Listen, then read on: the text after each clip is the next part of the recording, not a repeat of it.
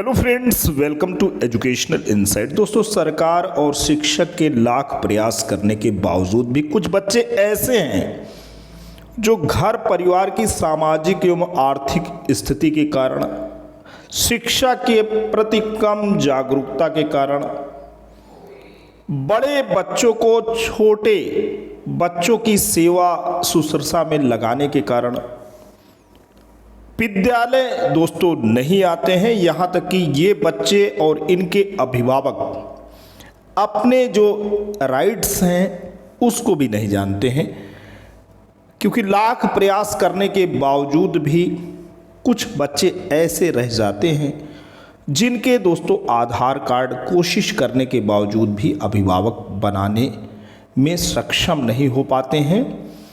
तो ऐसे बच्चों को जो कि लगातार विद्यालय में अनुपस्थित रहते हैं, ऐसे बच्चों को विद्यालय से जोड़ने के लिए, उनकी भी 100% अटेंडेंस रहे, उनकी भी 100% उपस्थिति विद्यालय में बनी रहे, उनको भी गुणवत्तापरक शिक्षा मिलती रहे, ऐसी कोई रणनीति चाहिए, ऐसी स्ट्रेटजी चाहिए जिससे इन बच्चों को भी शिक्षा और उसकी मुख्य धारा से जोड़ा जा सके। क्योंकि ऐसे बच्चे जो कि विद्यालय नहीं आएंगे, कुछ समय के बाद इनके आउट ऑफ स्कूल बच्चों की लिस्ट में शामिल होने की प्रबल संभावना दोस्तों बनी रहती है।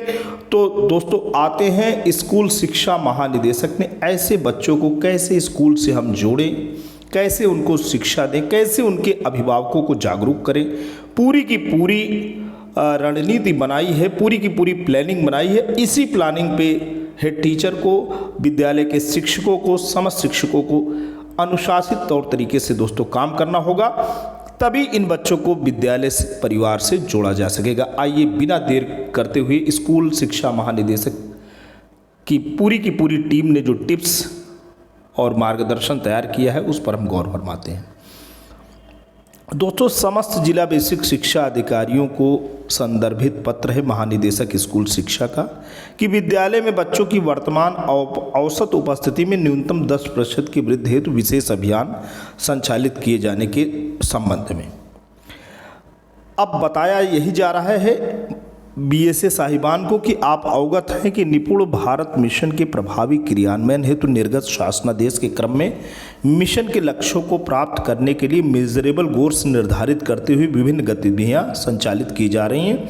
निपुण लक्ष्य तथा कक्षावार निर्धारित दक्षताएं प्राप्त करने के लिए विद्यालयों में बच्चों की नियमित उपस्थिति सर्वाधिक महत्वपूर्ण है। स्वच्छ, सुंदर एवं काया कल्पित विद्यालय परिसर, सुरक्षित एवं भय रहित वातावरण तथा रूपांतरित कक्ष बच्चों को मनोवैज्ञानिक रूप से आकर्षित करता है।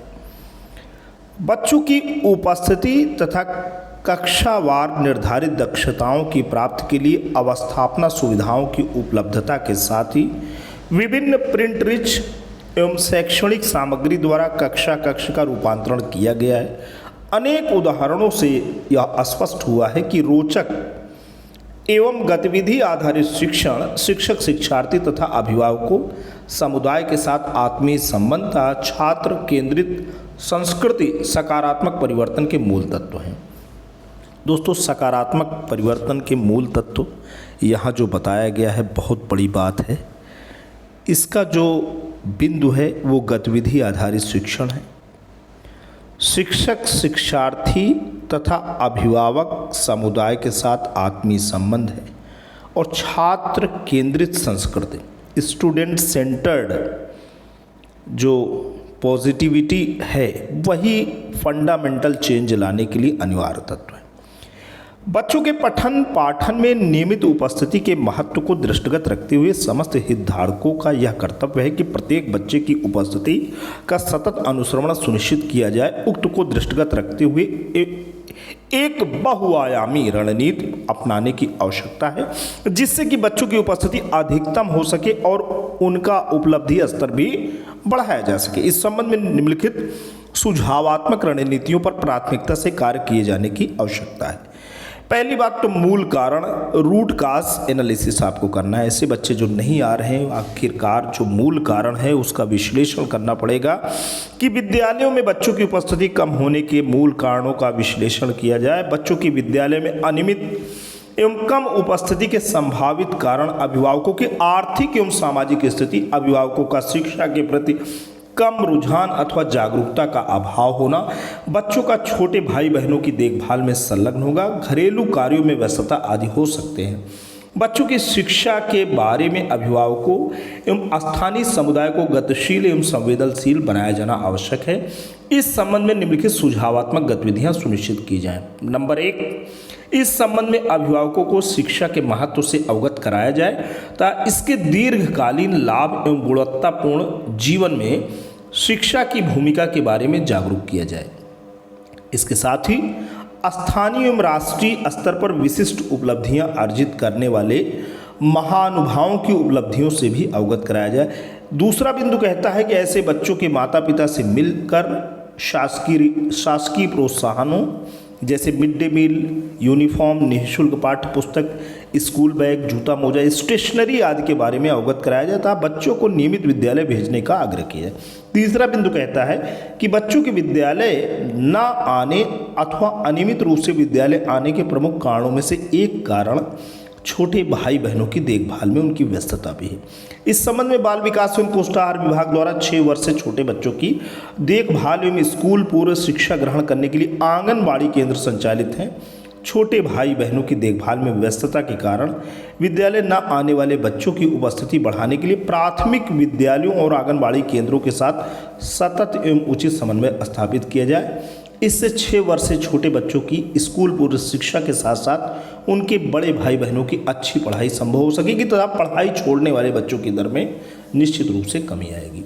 शिक्षक ARP, SRG, DCs एवं शिक्षा अधिकारियों द्वारा होम विजिट्स के दौरान अभिभावकों, ग्राम प्रधान एवं स्थानीय समुदाय को विद्यालय में कार्यरत उत्कृष्ट योग्यताधारी शिक्षकों, शैक्षणिक रणनीति संदर्शिका, TLM पुस्तकालय, प्रिंट सामग्री, बिग बुक्स, गणित एवं विज्ञान किट, आकलन के तरीके, report card, smart class, ICT lab तथा खेल कूद सामग्री, एक्सपोजर विजिट्स, राष्ट्रीय आविष्कार अभियान आदि के संबंध में विस्तृत जानकारी बताई जाए।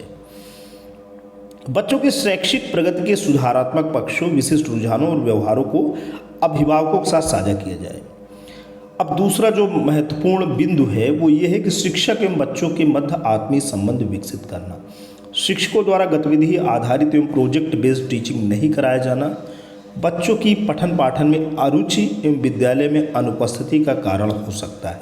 अनेक अध्ययनों से यह स्पष्ट हुआ है कि शिक्षक एवं बच्चों का आत्मीय संबंध बच्चों की शैक्षिक संप्राप्ति का सबसे महत्वपूर्ण कारक है। इस संबंध में कतिपय सुझावात्मक बिंदु निम्नवत हैं।